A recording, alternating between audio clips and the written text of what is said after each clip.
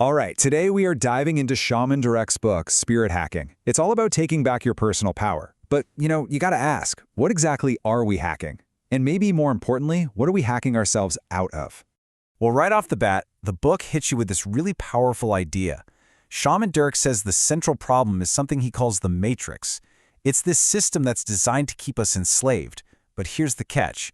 It makes us believe we're totally free. And it does this by pumping out these frequencies of fear and doubt that just hold us back. So let's get into the first big concept he talks about, which he calls the blackout. The idea here is that humanity is going through this massive, global, spiritual crisis. And it's not just happening to a few people here and there. It's this deep-seated issue that affects pretty much everyone on the planet. So what's causing this blackout? You guessed it, the Matrix. The book defines it as this whole web of rules, patterns, and programs that are all there for one reason: to keep us trapped. It's designed to control our unconscious minds by basically feeding on our fear, our sense of scarcity, and all the conflict in the world. And this is how it does it. You've probably seen this before, right? The book calls it the standard issue life dream. It's this kind of conveyor belt of life. School, job, mortgage, retirement. You know the drill. Durek argues this whole formula is designed by the Matrix to make us predictable, to make us controllable, all while we think we're making our own choices. Now, the book doesn't stop at just societal expectations. It also looks at major institutions, and that includes organized religion. From Durek's perspective, religion is often used as a tool to create fear and hand down rules, and the end result is that it can keep people from connecting with their own inner divinity, their own creative power. Okay, so if that's the problem, who's our guide through all this? Let's meet the author, Shaman Durek. He introduces himself as a spirit shaman. The book lays out his backstory to show you where he's coming from. I mean, his whole life has been steeped in the spiritual world. From seeing spirits as a kid and getting trained by his ancestors, to a really intense near-death experience where he actually, clinically, died. And he says he used the very spiritual tools he teaches to bring himself all the way back. And this is where he defines what he means by a spirit shaman, which he says is one of the most ancient traditions. So unlike some shamans who might use plants or other physical tools, a spirit shaman, according to him, connects directly with the spirit world to get healing and knowledge, no middleman. And a big part of his authority, according to the book, comes from his family line. He's descended from some really powerful shamans, including his ancestor Mamal, who was a well-known medicine woman. So this inherited wisdom is a huge part of his practice.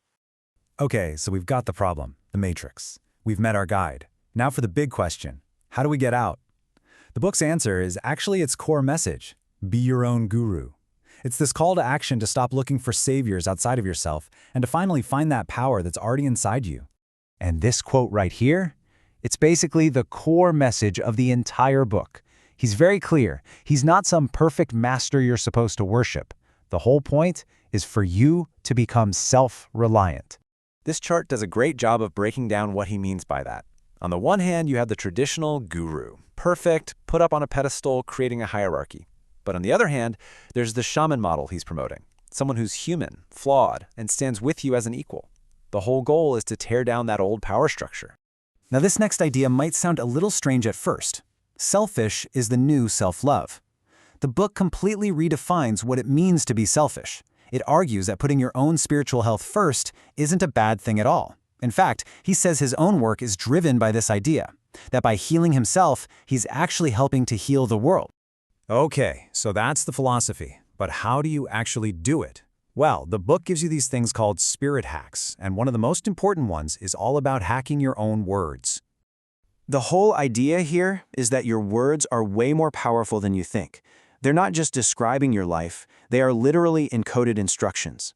Every single word you say acts like a command that programs your reality. Let's look at some examples from the book. You can really feel the difference here. On the left, you have matrix words that are full of resistance. Saying you have to work on yourself feels heavy, right? But shifting it to I'm loving on myself, that's a totally different energy. Life is hard programs difficulty, but I'm getting better and better creates momentum. It's about moving from hope and doubt to just knowing. And here's the hack, broken down into 3 super simple steps you can start using today. First, you just catch yourself using that disempowering language. Second, stop. Just pause before that thought can really dig in. And third, you immediately restate it. Rephrase it in a way that feels positive and puts the power back in your hands.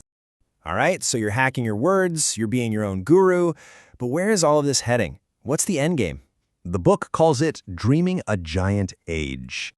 The Giant Age is presented as this vision for humanity's future, the next step in our evolution. It's a golden era that comes after the blackout, a world created by people who've taken their power back and are consciously creating a reality filled with joy and harmony. But here's the really important part. The book says you don't get there by fighting the system. Trying to rage against the machine just feeds it more energy. Real change happens when you pull your attention away from that system and start pouring all that energy into dreaming a new, better world into existence. Durick has this great term for it, a pop rocks reality. You know, something that's just fizzing with vibrancy, joy, and expansion. So, the book leaves you with a final question to think about. What does a pop rocks reality actually look like for you? And we're going to end on this final thought, which really just sums up the entire spirit of this book. It's not about waiting for someone else to fix things. It's a call to action. It's about realizing that you have the creative power to dream a different world, and that your dream really, really matters.